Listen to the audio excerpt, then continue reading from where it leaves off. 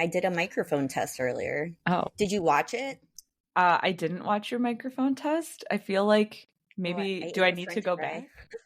Oh, you ate a French fry on your microphone. I had French fries for lunch. Yeah, that's what I had too. Just leftover like frozen fries. And I was like, that sounds good. Throw them in the air fryer.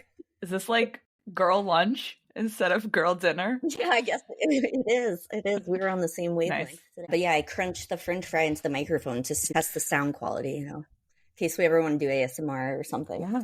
I mean, I guess you want French fries to be crunchy. Do you want French fries to be crunchy? I don't know. I like mine crispy. Okay. I guess it depends on the type of fry too, but I like them crispy. All right. Hi, I'm Katie. And I'm Emily. We're two long-distance best friends with a passion for learning about all the things that make everyday life interesting. We'll share our findings with you on researching the obvious. Well, so here we are. Going live. First podcast episode. Yeah. It's exciting. Excited to be here. Right. Me too. Except that I did not do nearly as much research as you did. I'm just letting you know. Katie. So I slacked. This is a research podcast. I know, but I did do some research and I have some very specific research to share. Well, in fairness, I feel like this research topic, though, has been, going on for several years. So it's true. We've learned a lot. And yes, so let's talk about why cicadas. So I was trying to remember what year it was that I came to visit you in Kansas. Ooh, okay, yes. Story time. 2013 or something, I think, for St. Patrick's Day. Was that the correct? Oh, gosh. That's when I remember first discussing cicadas with you at length. At 1 a.m. Classic. Yes. That's the time that everyone discusses cicadas is 1 a.m. obviously. Yes. Obviously. We were up late, still chatting as usual. And I think there were cicadas in Kansas that year that we were hearing. Mm-hmm. And I'm pretty sure that's why we started talking about it. And then, of course, I was like, you mean locusts? And you're like, no, cicadas. And I'm like, are those the same thing as locusts? And then I got confused. And so did I. And I'm like, but wait, my whole life has been a lie. I always thought they were locusts. And therefore, we began Googling and researching as one does at 1 a.m.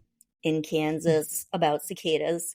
And we learned a lot of things that I did not know about cicadas, which are not locusts, by the way. We did discover that too.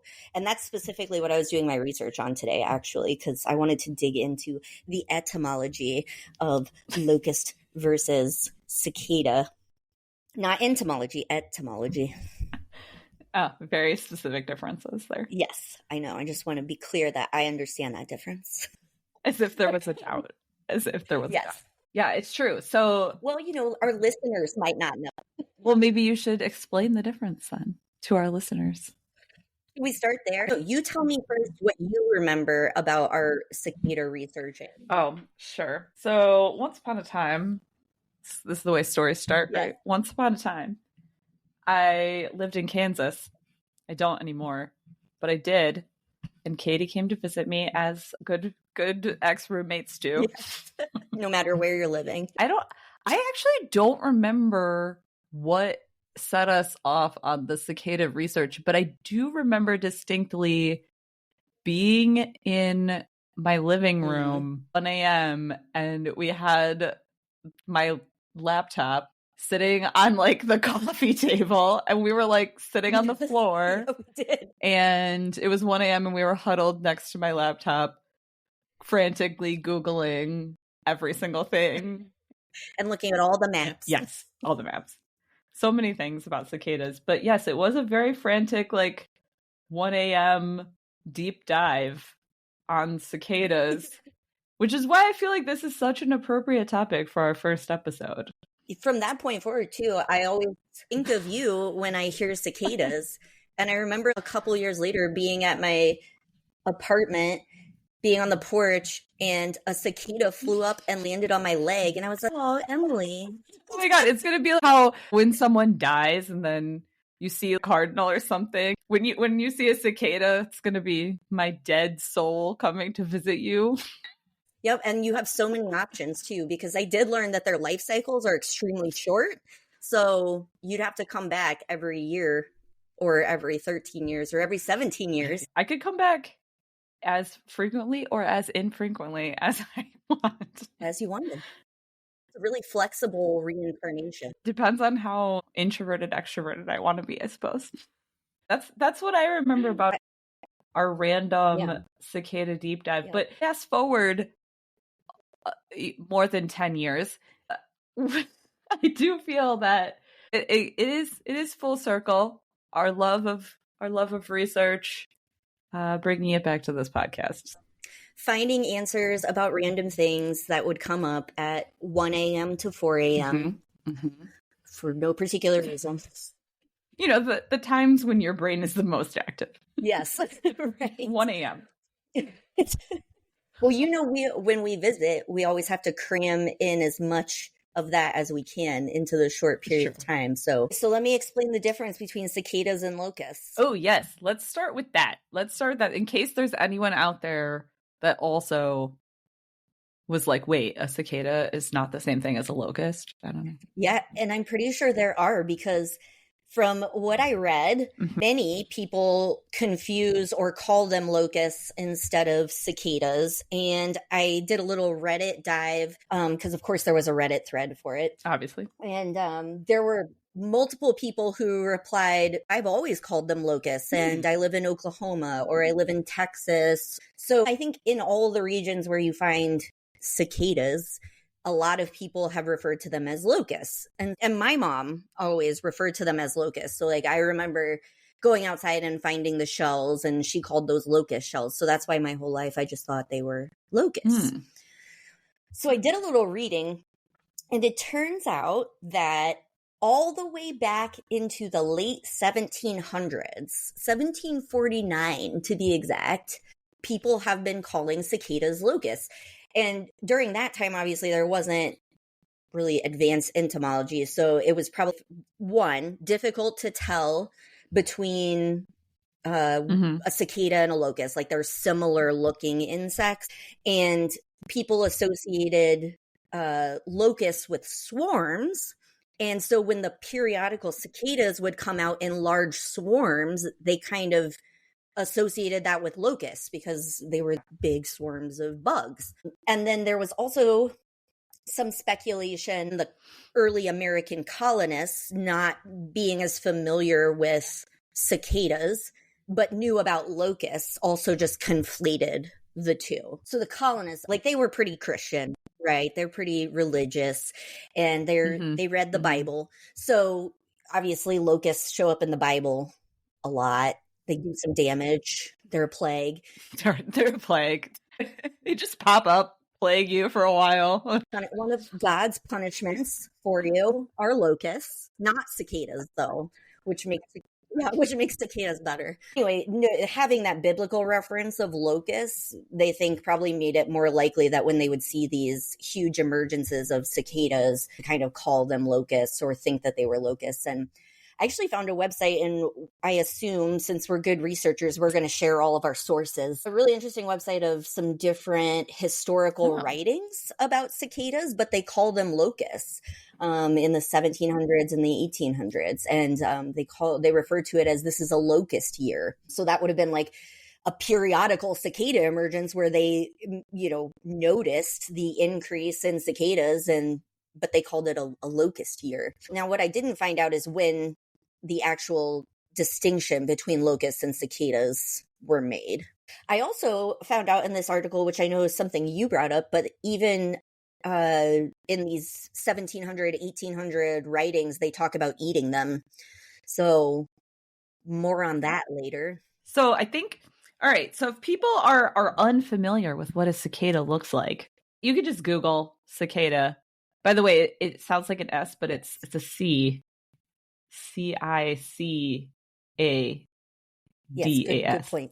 So what I found was interesting, the two main types of cicadas look different. Yes, I saw that too.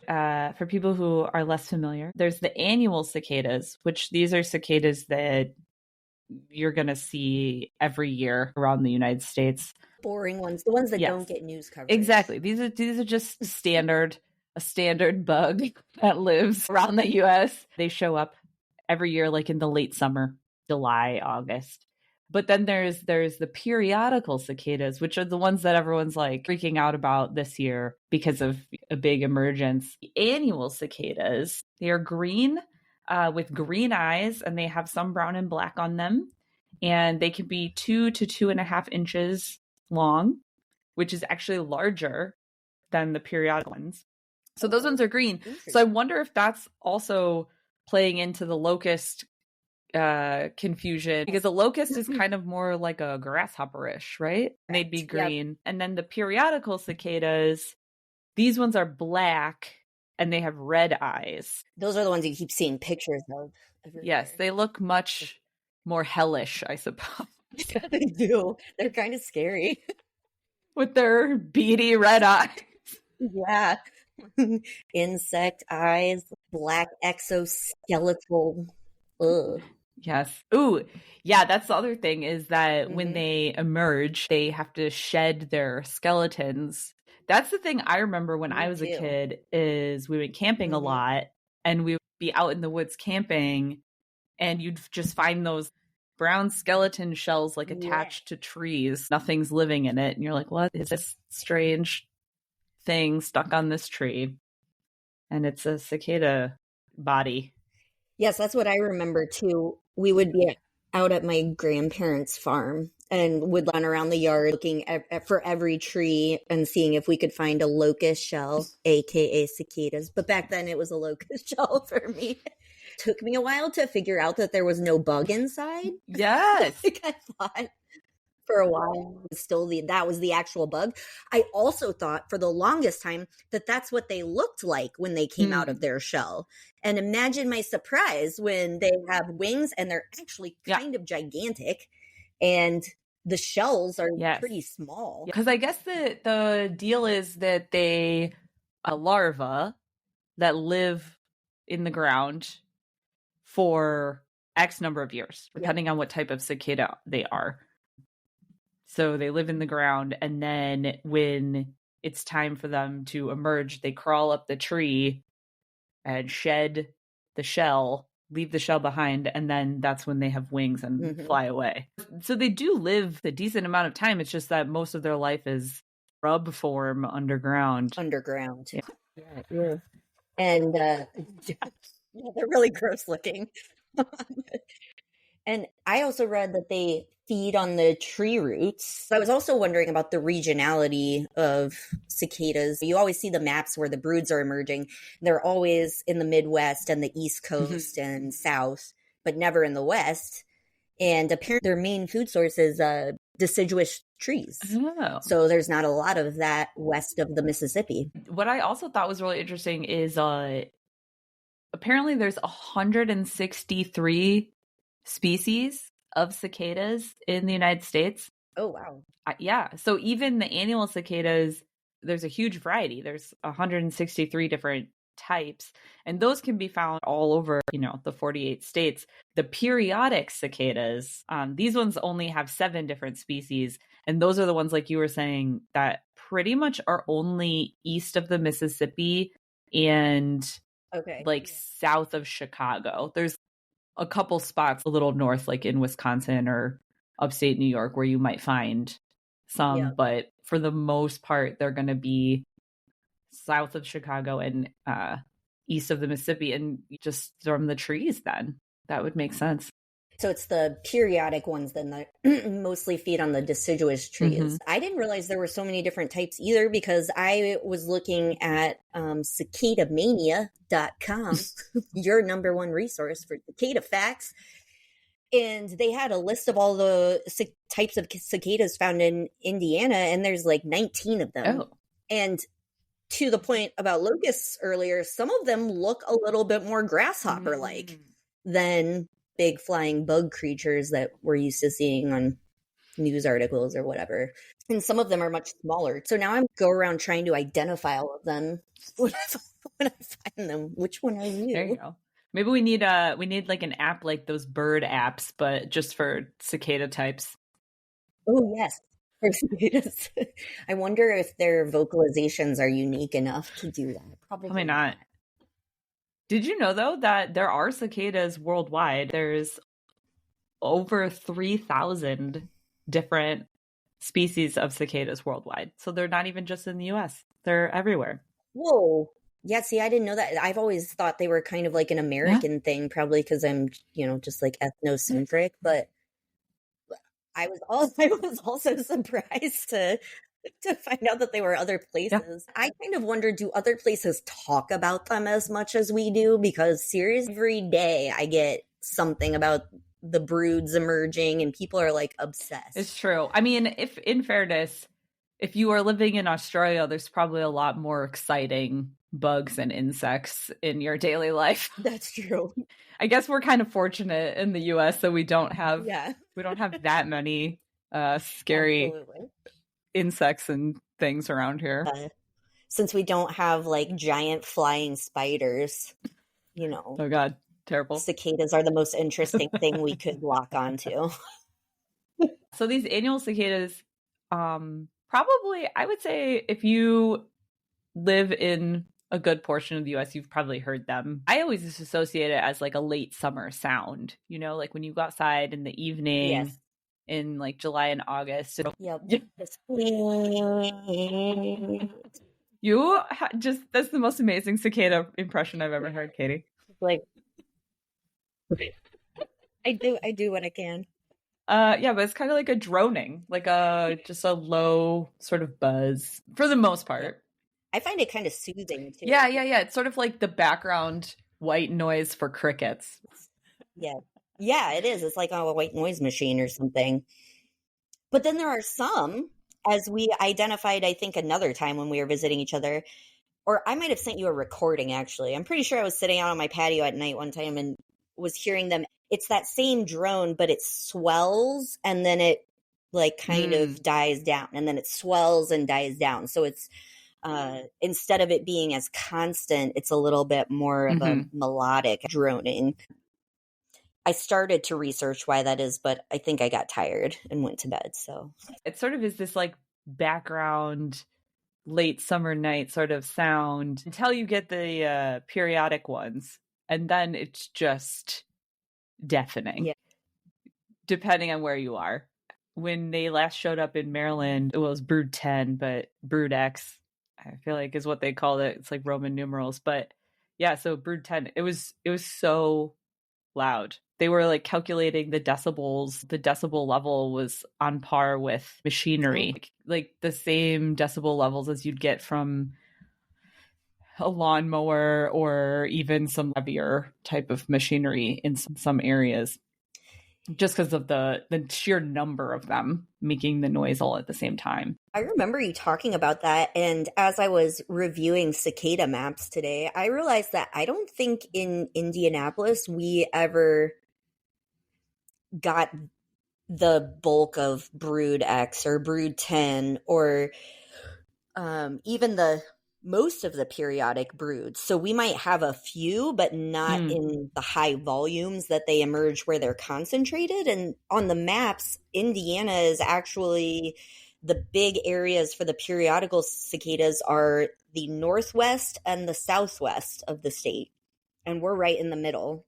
So I think most of the cicadas that I have heard in the past here every summer are just the annual ones. So now I feel kind of less special because I don't think I really experienced brood X.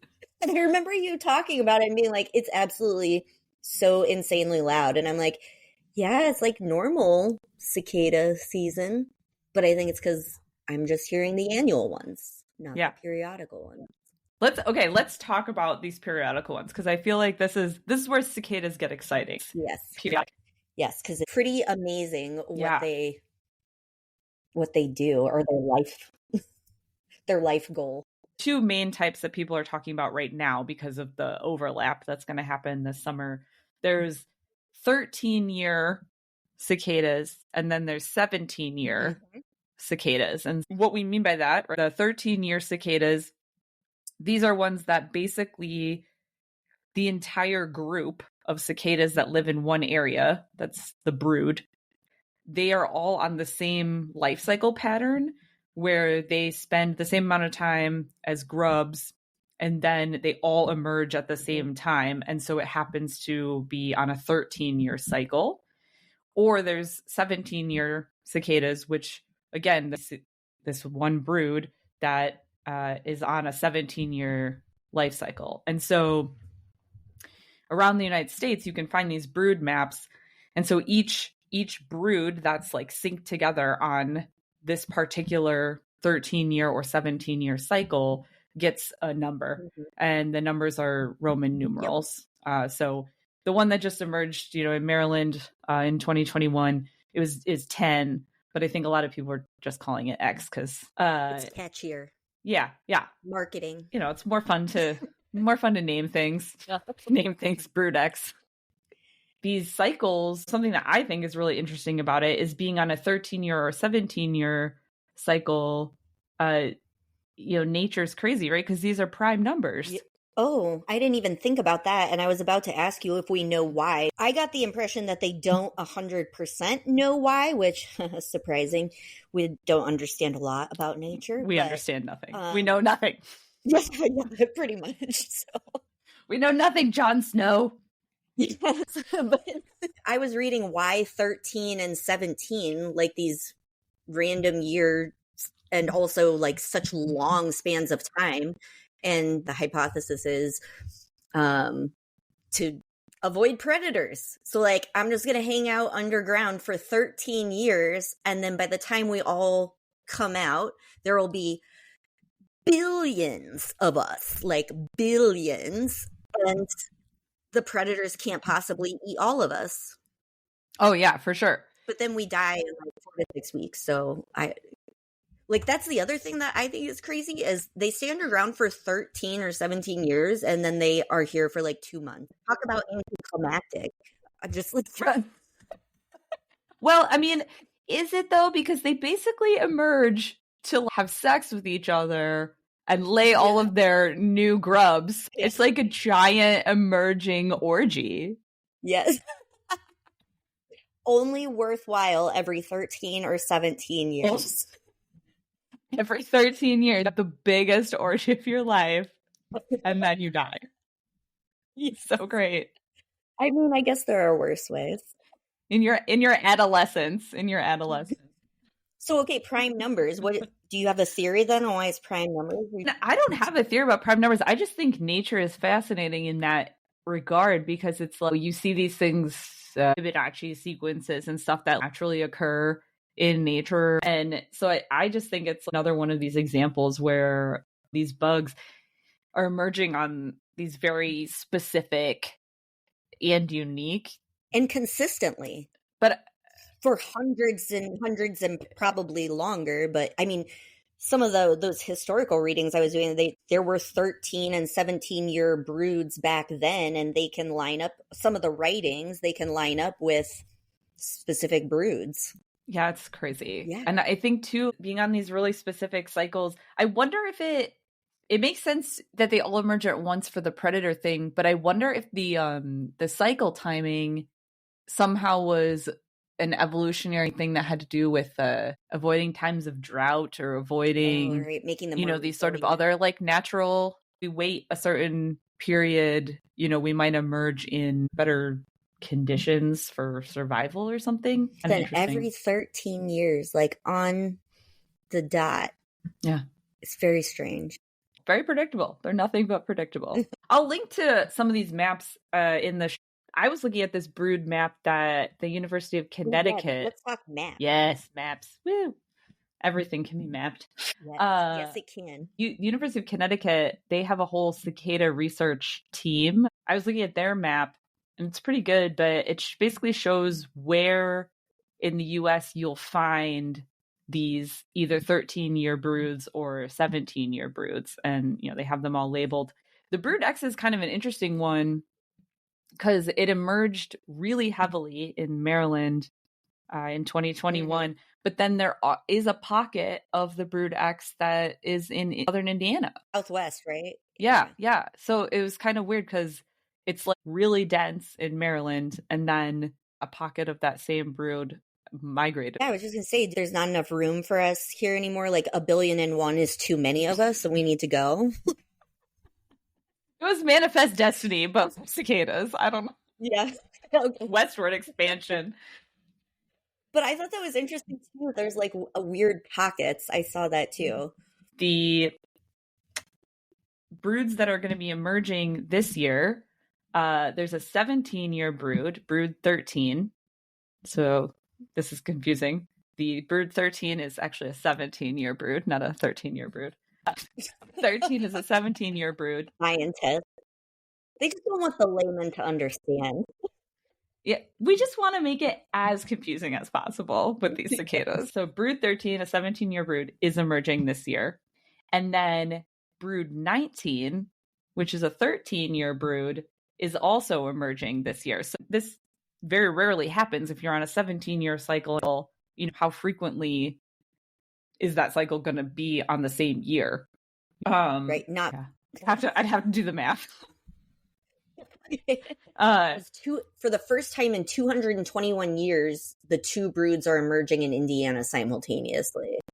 These two broods, 17-year one and a 13-year one, they're both emerging this year, and they both can be found in parts of Illinois, which is what the crazy situation is, one of the broods is kind of in like Missouri, Illinois area, and then one of the other broods is in sort of Illinois, Indiana area. So there's going to be this overlap, this area of Illinois that's getting both of these broods emerging. I don't know, West Side Story dance fighting, like, is it going to be gang warfare over there but with cicadas? What's going to happen here? Aware that the other exists until now?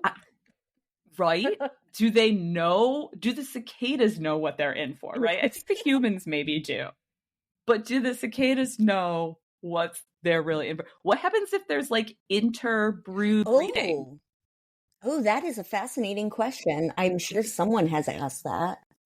Is that going to create like a weird new 15-year cicada cycle? Yes, 15. That would be correct. 15 years. It has happened in the past. True. Obviously, however many years ago, these two broods overlapped at some point. So maybe they know. Maybe they know which ones they're supposed to. Do those like cicada? Yeah. I wonder if it can be traced to their genetics. Or like, do the cicada babies have like a little identity crisis? Like, am I going to stay 13 years or 17 years? They have to choose. They have to choose which family they want to go join. Yep. And I mean, they only get 4 to 6 weeks with one, so you got to make a real quick decision. It is funny though. I've been seeing stuff on Instagram Reels about this emergence, cicada apocalypse or whatever. Yes, and people are like, "Oh my gosh, it's going to be crazy for approximately a handful of counties where not a lot of people live." So it's going to be not bad. I was just going to say in Indiana and Illinois. Yeah, southern Illinois. There's a lot of cornfields there. Yes. And I don't even know, would cicadas hang out in a cornfield if they don't have the proper tree roots? No, I actually did see that in an article. They do not. If the land has been farmed or the trees have been removed, they won't be able to survive. Yes, I saw this because it was becoming a challenge where a lot of places, especially in Maryland with the brood X, are being developed for people to live in, and so they're chopping down these trees, and so the cicadas don't have as much of a habitat anymore. Oh no, there's only going to be like 1 million of them soon. Very, very localized, extremely localized around one tree. As exciting as this confluence of broods is going to be, it's really going to be very localized. It's more localized than the eclipse. You really got to travel to a very specific location to be able to see this 100%. Okay. Cicada dedicated for sure. There's obviously researchers out there. So then my question is, all of this social media / media hullabaloo, who are they trying to hype up exactly? What is their target demographic, since there's only these few areas that are actually going to experience this? Do they just want everyone to just be excited about it? What is their motivation? Who's the marketing team for cicadas around here? What money are they making off of it? Well, you do make a good point. Like, what is the overall attraction? Yeah, what's the fascination? Yeah. We're obsessed. Absolutely obsessed. Absolutely. I mean, we're certainly obsessed. We're having the first episode about cicadas. You know, we're on the periodic level cicada situation here. We did the deep dive back in 2013, and 12 years later, we're doing the podcast. So, you know, it really is a full circle moment here in the lifespan of a cicada. It's kind of like we're the cicadas. Whoa. And we've waited 13 years to get to this point. Or 12 or whatever it is. We have our own period. It's fine. Like periodical. Exactly. Our friendship. Maybe we're not a prime number. We could be 11. That's pretty decent. 11's fine. It's good.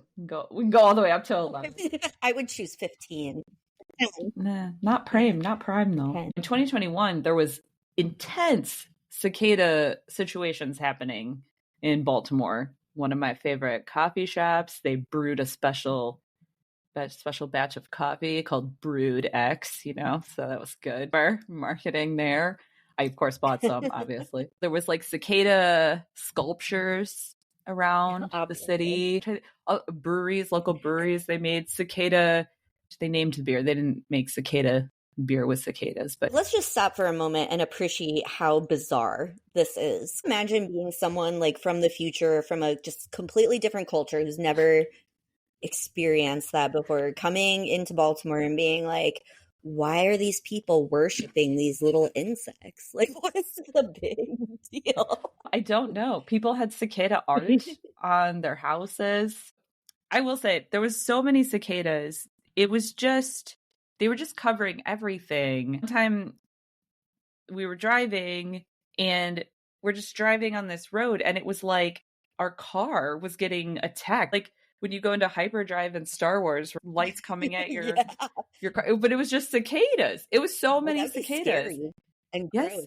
And I was just, for weeks, I was just finding the wings of cicadas were like sticking to everything. One day I was just walking in my upstairs hallway of my house and there was a cicada wing on the ground. Where did this wing come from? And people were collecting the wings. They were making, like, artisans were making like jewelry. You know, you could buy cicada wing earrings. You could buy cicada wing necklaces. You know, they were making art with these cicada wings because they were just everywhere.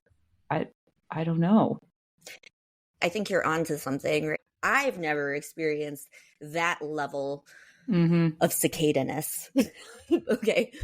But when I was reading through some of these historical accounts of cicadas, I mean, I think the reason people were writing about them even back then is because when those periodical broods would emerge, it was so distinct and overwhelming and reminded them of like a biblical plague, aka the locusts. It was this really huge natural phenomenon, and there was some fear that they would destroy everything, which, FYI, locusts do destroy everything. Cicadas do not. They just hang out. They're not doing anything bad.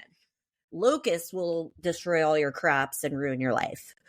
So when they were getting these giant periodical emergences, they were thinking that it was kind of like biblical level plague.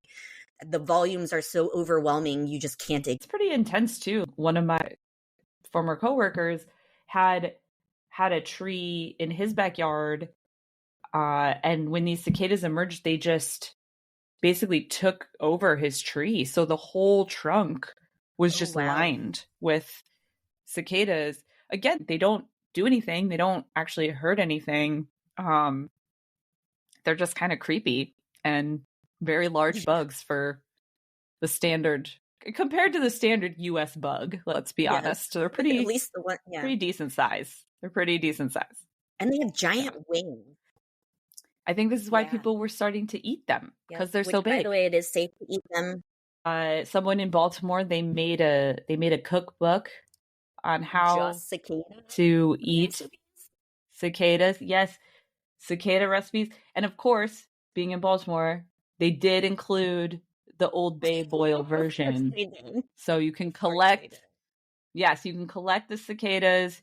You can do, a cicada boil, throw the Old Bay in. Old Bay crunchy snack, I guess. Cicadas would not be vegetarian, correct? I don't think I would consider them for my daily diet. No, but bugs are eaten in a lot of places around the world. That was the point of the cookbook, right? It's just to destigmatize the bug eating. And when you have that many of something emerging, it's kind of like, well, pretty good protein source, I guess. Hopefully you're eating them after they lay their eggs, because we don't want them to go extinct. Yes, the cookbook included some harvesting techniques. Oh, interesting. To make sure you were harvesting them properly, because I think you want to get them before they get that like hard skeleton on them. So I think actually you're supposed to harvest them like right between like a grub and a like adult with a hard body shell. Okay. So you eat that. What do they look like when you eat them? I didn't look that deeply. Yeah. I just saw this cookbook. Because now I'm imagining too, like I wonder if you can eat the grubs. Like, would that be a delicacy? Like baby cicadas. Ew. Okay. Gross. I don't want to think about that. I'm gonna pick, but for the more adventurous type, Old Bay cicada boil, barely. And also, FYI, it is okay if your pets eat them. I did come across that information as well. I think that they are a popular snack among lots of dogs. Yes. At least I knew when I lived in Kansas and we had the annual cicadas. I had a friend there whose dog was obsessed with catching them and eating them. Obsessed. Yeah. I can see that. So speaking of eating them, one of the passages that I came across in this article I was reading about historical accounts of cicadas was from 1893 in the Times, Philadelphia. Part of this excerpt says they tried them in plain stew, in thick milk stew, and broiled. The insects were collected from trees as they emerged from the chrysalis. After soaking in cold water overnight, they were cooked for breakfast. It was found that they imparted a distinct and agreeable flavor to the stew, but were not palatable themselves, being reduced to flabby skins. Ugh. Ew. They were best. Oh, here's a big surprise. They were best fried in batter when they suggested shrimps. Nevertheless, it was decided that they were not likely to become a popular dainty. So there you go. People have been trying to eat them for a long time, and apparently they don't taste great on their own. And when in doubt, fry them in batter. I mean, that's a very American situation. Just deep fry it. If you want to eat something, just deep fry it. It'll be fine. And an Old Bay after you deep fry it.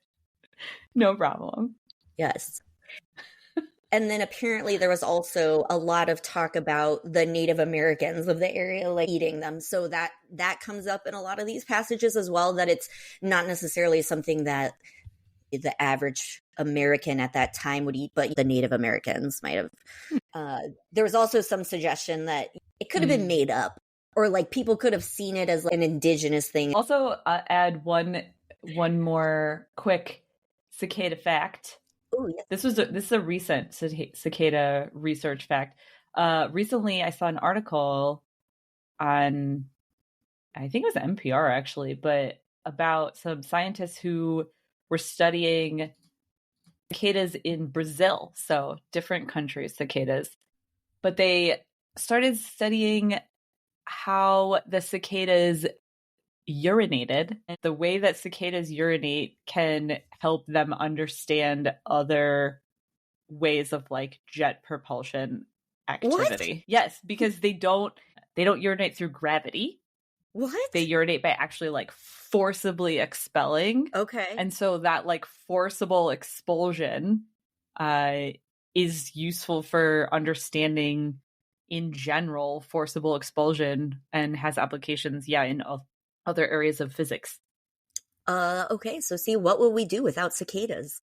That's what I'm saying. There's crazy things about these cicadas worldwide, I guess.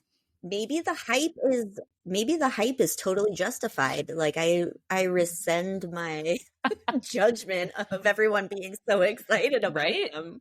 If I had known about the jet urine, would have, Yes, jet propulsion, prime numbers, new food sources. Not a plague, though. Not a plague. Not a locust. No, not going to ruin your life. No. They're just going to be a little terrifying for like 6 weeks. Yes. If you're in one of those very specific locations. Yes. If you even live in that area. Most of the rest of us, it's just going to be a normal cicada summer. Normal summer. I don't even know if I have annual cicadas in Baltimore. I think it was just the crazy one. I think you do. I mean, probably. No, I think you have some annuals. We probably do. They're just not as. So did you purchase any of the cicada jewelry? I did not. After finding the wings all over my shoes and in my hallway, it was you were kind of sick. Too much. Oh man. I'm really glad that we had this conversation, Emily, and really just scratched the surface of cicada stuff. Yeah. In fact, there may be a follow-up episode. Maybe I'll actually take the time to do more research. Obviously not locust. Obviously, there's not going to be a cicada apocalypse, okay? So everyone can just calm down. Calm down. There's not going to be a cicada apocalypse, everyone. You can just calm down. Calm down. So we thought cicadas were pretty obvious, but maybe not. This is what anyone would talk about at 1 a.m. when they're visiting their long-distance best friend. Obviously. Thank you for listening to Researching the Obvious. To learn more fun facts about everything that we're researching, follow us on Instagram at Researching the Obvious Pod, all one word. You can also follow us on Spotify and Apple Podcasts. If you know someone that you think would enjoy listening to all of our findings, please feel free to share or give us a review. Researching the Obvious is written, produced, edited, and hosted by Emily Fekete and Katie Nakanishi. Tune in next time to hear more obvious facts.